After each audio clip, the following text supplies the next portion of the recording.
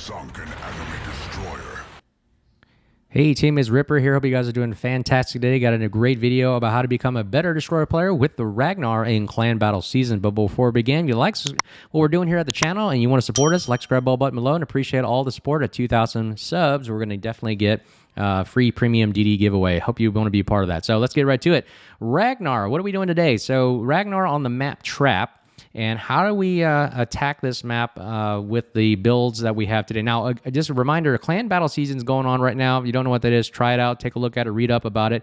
And also, there are no restrictions at this moment that I'm making this video where you can pick anything you want. And that's really unheard of Wargaming to put no restrictions besides subs, CVs, and any kind of, that's pretty much it. You can pick any ship like Destroyer, Cruiser, and Battleship.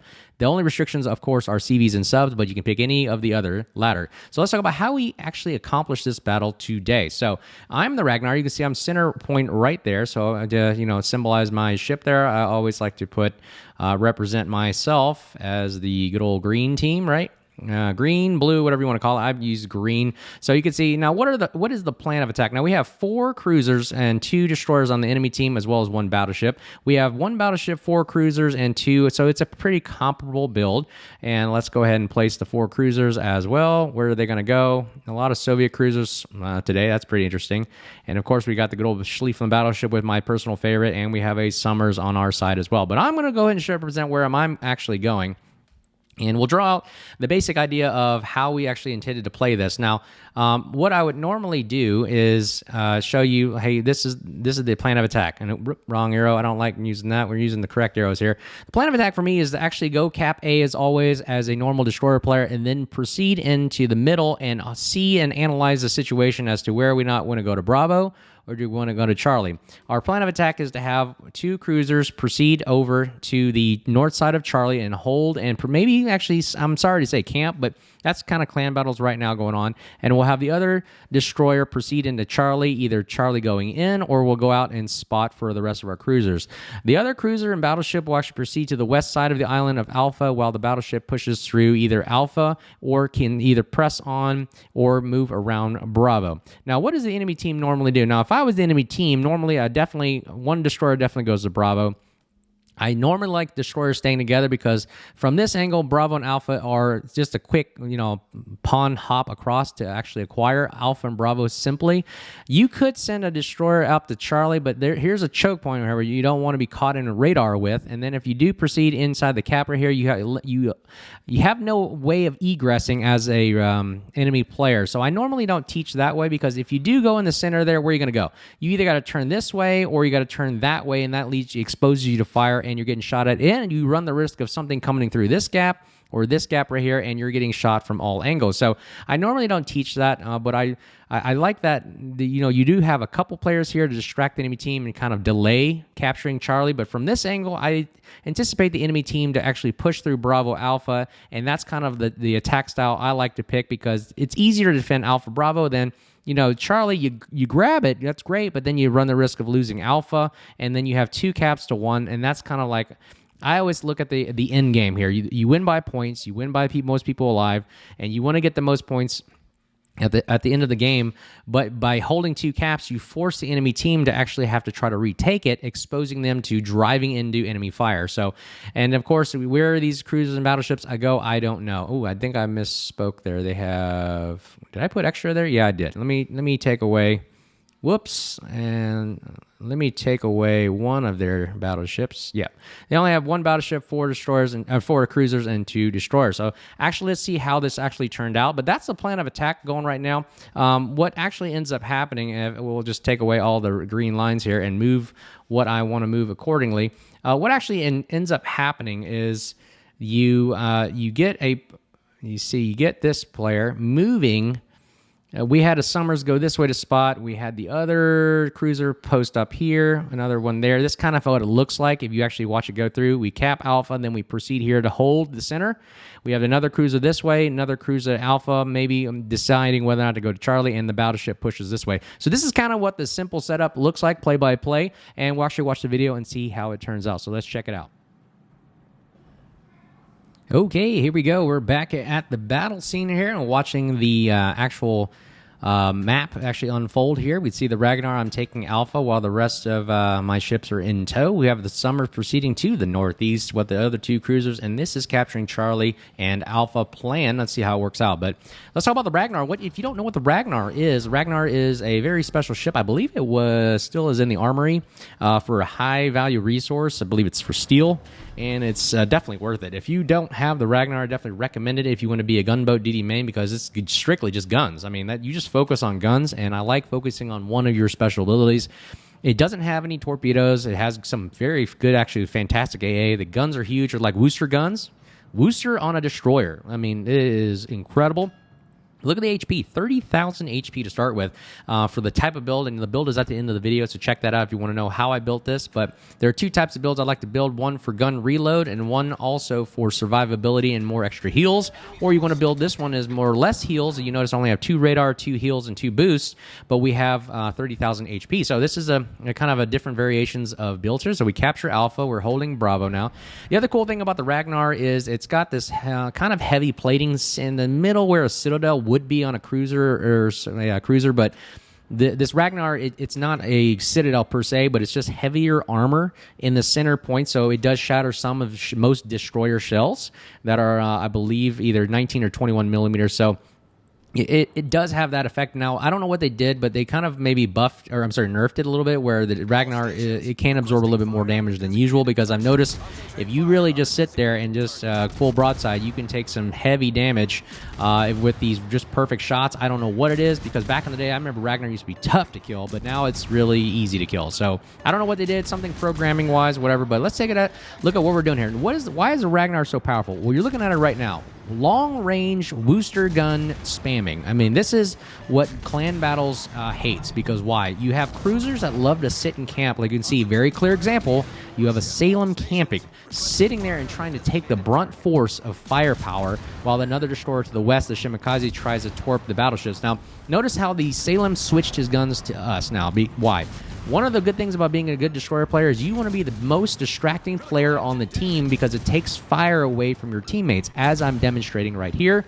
You have everybody shooting at me, including the cruiser on the left side of my flank, who's shooting over a mountain, and then you have the Salem shooting at me, because why? You are the most devastating player on the map.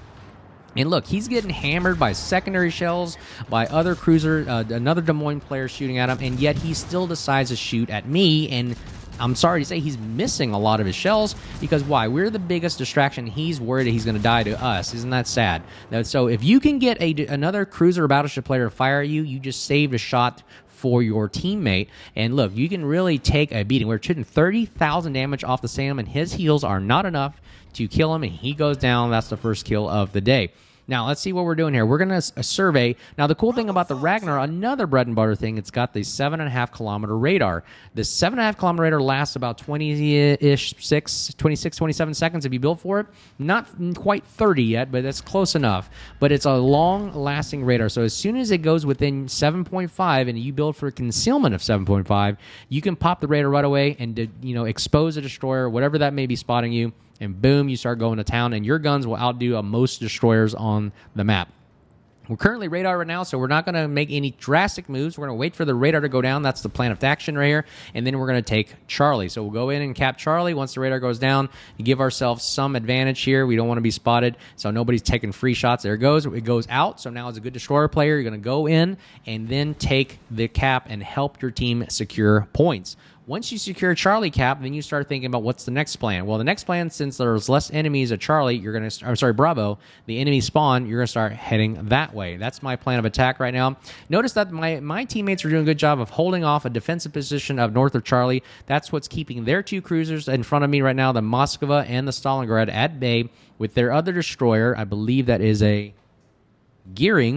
Gearing at bay as well, because the Gearing is worried about getting shot at or torped or radared by the other. So we're holding a good defensive pattern right there to the north, and now we're worried about what is our next plan of action as a destroyer player, as a dominant destroyer player right now, leading the pack. So we're going to help our teammates destroy the Montana. We've secured Charlie now, so we have point advantage, cap advantage, and now we're going to go ahead and press and be a good gunboat DD player by what? Spamming, because why? We want to take the heat off our team.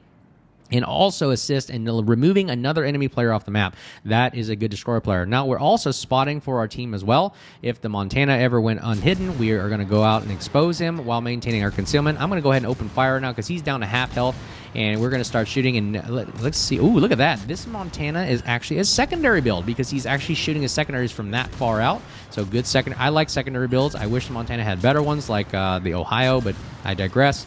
Look, we're starting good fires right now, and we're getting some nice damage on the superstructure. And notice that the Montana player fired at us rather than anybody else, and we take some significant damage there. So my bad on that one. I didn't actually maneuver well enough to actually dodge those cells.